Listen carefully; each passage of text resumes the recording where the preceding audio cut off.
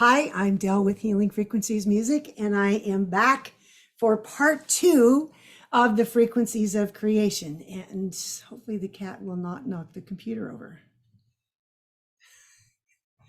Thank you, Merlin, for not stepping on the computer. Anyway, in part two, I'm actually, again, I'm looking at notes to make sure that I stay on track and on task. I'm being a good teacher. So if you did not read part one, that link to the blog post is below this video, as well as the link to this blog post.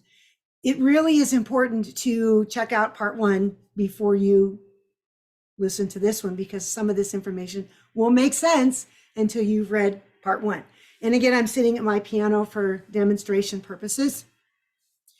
And I'm not going to talk about any of the stuff I say at the beginning, because that is just a recap of what was done in video one, with the exception of adding more information about the harmonic series with a link to people like Leonard Bernstein and another musician who've got really quick videos on how to understand the harmonic series.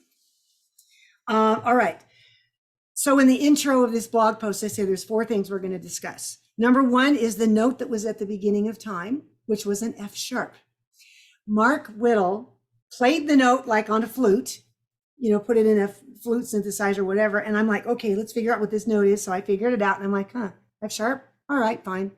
Throw that in my shelf of ponderings for later on.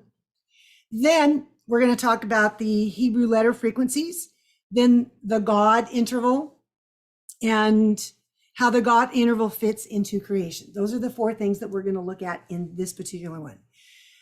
In the blog post, I show you the harmonic series on F sharp,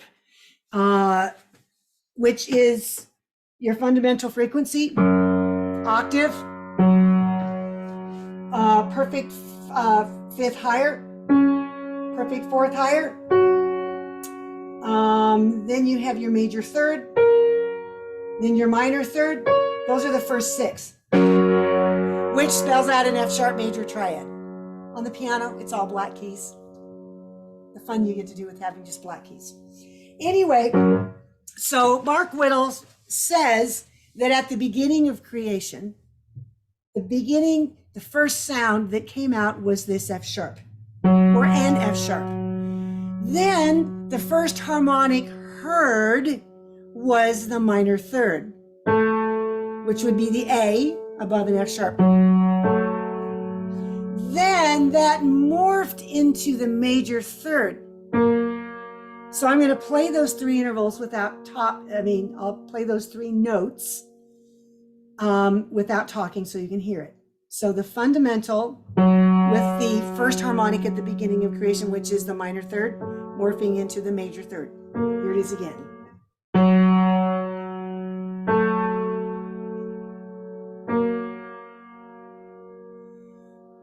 Okay. Now, as I said in the last one, that does not seem to match the natural progression of harmonics. So again, I did not try to put meaning to it. I set it on a shelf and let it sit there. Once I figured out the musical frequencies of the Hebrew letters, let me adjust my microphone here. Once I figured out the musical frequencies of the Hebrew letters, I had an aha moment. The musical frequencies of the Hebrew letters are based on the natural harmonic series. And if you're interested in that, I put a link to it in the blog post where you can actually purchase the charts.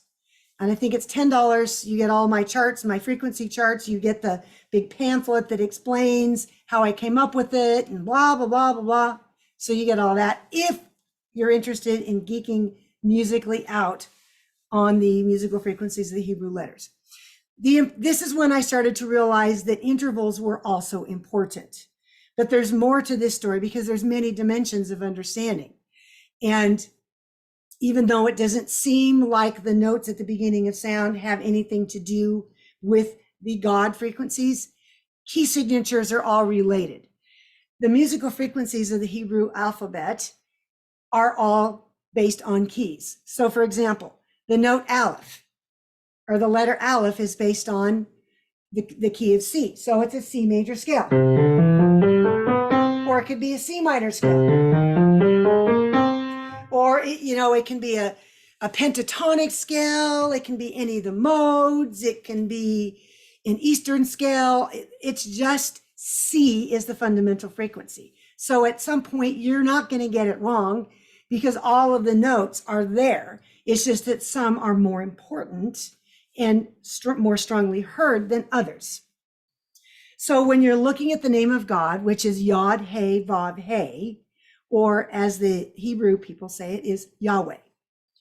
So that name, Yod is an E, He is an E, Vav is a G, back to E.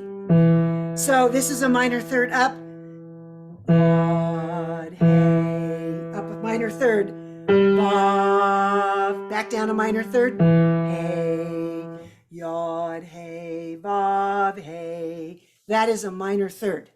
You're going back and forth between those two notes is a minor third.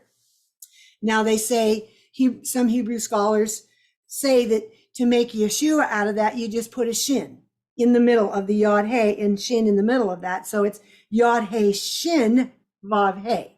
Shin is an E flat. So you have E flat, G, E.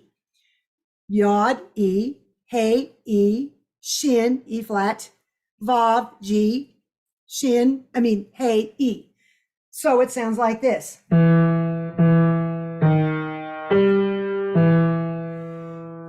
Yod, He, Shin, Vav, He.